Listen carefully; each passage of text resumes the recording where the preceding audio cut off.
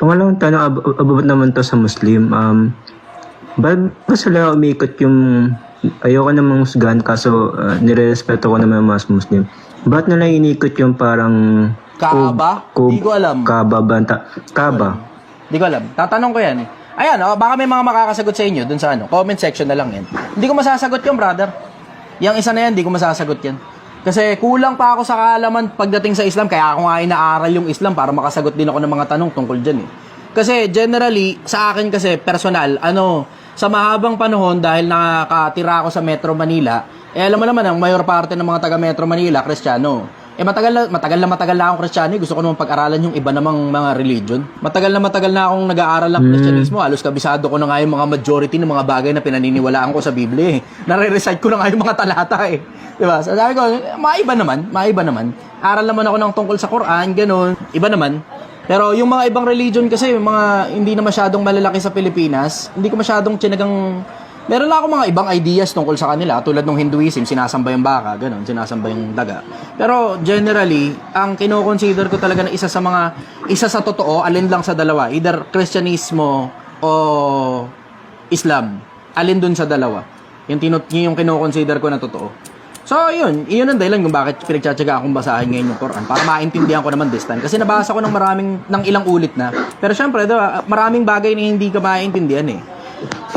Parang katulad lang din sa Biblia. Pag binasa mo yung Biblia, dahil nga sa lalim ng mga salita, tapos nakaka-boring pa, sama mo na rin yung factor na yun. Ang boring talagang basahin. Kasi nga, puro lumang salita yung gamit. Mahirap maintindihan. Yung sa Biblia naman kasi kahit paano, nakakasagot-sagot na ako ng tungkol sa Biblia eh. Pero yung tungkol sa Quran, di pa kasi ako nakakasagot ng, alam mo yun, sensible pagdating sa Quran eh. Wala pa ako masyadong malay eh. Kaya inaaral ko. Ganun. Tungkol dyan, eventually masasagot ko rin yung mga tanong na yan.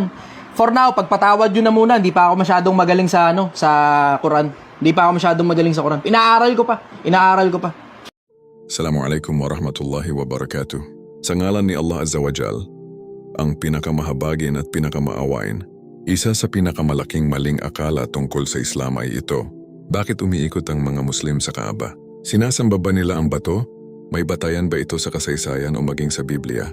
Ngayong araw ipapaliwanag natin ang katotohanan mula sa Quran, Hadith, kasaysayan, at maging sa Biblia upang malinaw itong maunawaan ng Muslim at non-Muslim.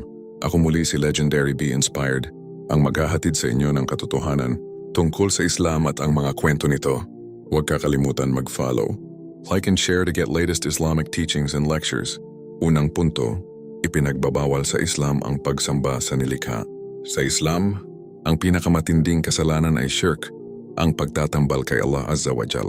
Ibig sabihin, bawal sambahin ang bato, bawal sambahin ang gusali, bawal sambahin ang propeta, bawal sambahin ang anghel, bawal sambahin ang araw o buwan. Surah An-Nisa 4:48. Inna Allah la yaghfiru an yushraka bih. Hindi pinatatawad ni Allah ang pagtatambal sa Kanya. Allah does not forgive associating partners with Him. Kaya malinaw, hindi sinasamba ng Muslim ang Kaaba o anumang bato. Ano ang Kaaba?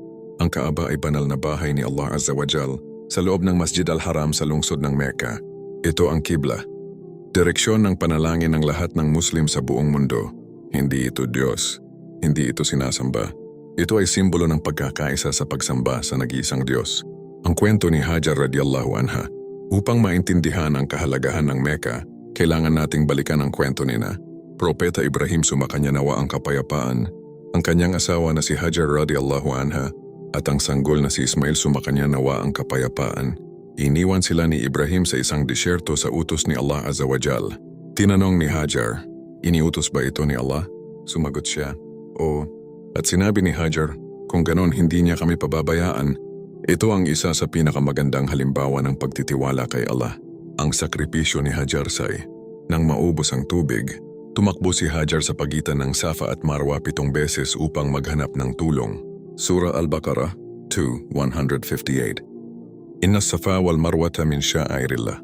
Ito ang ginagaya ng Muslim sa Hajj hanggang ngayon.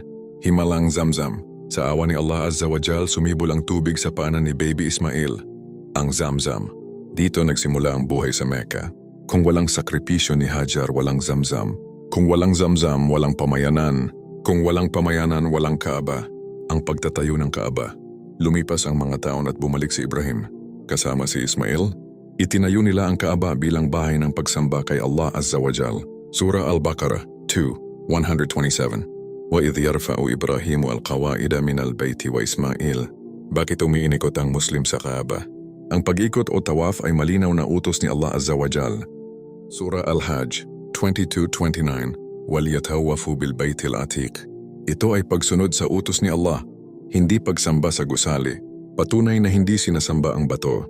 Sinabi ni Umar ibn al-Khattab, hadith mula sa Sahih al-Bukhari, "Inni alamu annaka hajar la tadurru wa la tanfa."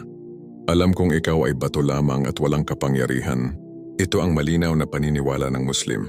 Magahalimbawa sa Biblia na iniuugnay ng mga iskolar sa Kaaba. Maraming Muslim at ilang biblical scholars ang naguugnay sa mga talatang ito. Psalm 84:6, Valley of Baca. Passing through the Valley of Baca, they make it a place of springs. Ang Baca ay kahawig ng Baca sinaunang pangalan ng Mecca. Sa Quran, Surah Al-Imran 3:96. Inna awwala baytin wudi'a lin-nasi lalladhi bi Bakkata mubarakan. Ang unang bahay para sa sangkatauhan ay nasa Baca. Isaiah 42. Lupain ni Kedar. Ang Kedar ay anak ni Ismail at ang kanyang lahi ay nanirahan sa Arabia. Binabanggit sa Isaiah, ang lupain ng Kedar na magbibigay, papuri sa Diyos iniugnay. Ito ng ilang iskolar sa Mecca at sa paglitaw ng monoteismo sa Arabia. Genesis 21 pag-iwan kay Hagar sa disyerto. Sa Biblia iniwan si Hagar at Ismael sa disyerto at tinulungan sila ng Diyos sa pamamagitan ng tubig. Ito ay kahalintulad ng kwento ng Zamzam sa Islam. Pagkakaisa ng Muslim sa buong mundo. Ang Muslim sa buong mundo ay iisa ang direksyon ng panalangin. Surah Al-Baqarah 2:144. Fawalli wajhaka shatra al-masjidil haram. Iisa ang Diyos. Iisa ang direksyon. Isa ang layunin. Ito ang tunay na pagsamba sa Diyos na iisa sa salita, gawa, at puso. Mas malalim na mensahe, ang Kaaba ay direksyon lamang. Si Allah Azza wa Jal ang sentro ng pagsamba. Ang tawaf ay simbolo na, Ya Allah, ikaw ang sentro ng aking buhay. Motivational message by Be Inspired. Kung si Hajar ay nagtiwala sa disyerto, paano pa kaya tayo? Kapag inilagay mo si Allah Azza wa Jal sa sentro ng iyong buhay, kahit disyerto ang sitwasyon mo, magbubukas siya ng Zamzam para sa iyo. Mahalagang punto, hindi sinasamba ng Muslim ang bato o Kaaba, ipinagbabawal sa Islam ang pagsamba sa nilikha. Ang pag-ikot sa Kaaba ay pagsunod kay Allah. Ang Hajj ay alaala ng sakripisyo ni na Ibrahim, Hajar at Ismail sumakanila nawa ang kapayapaan. May mga talata sa Biblia na iniuugnay ng mga iskolar sa Baca o Mecca.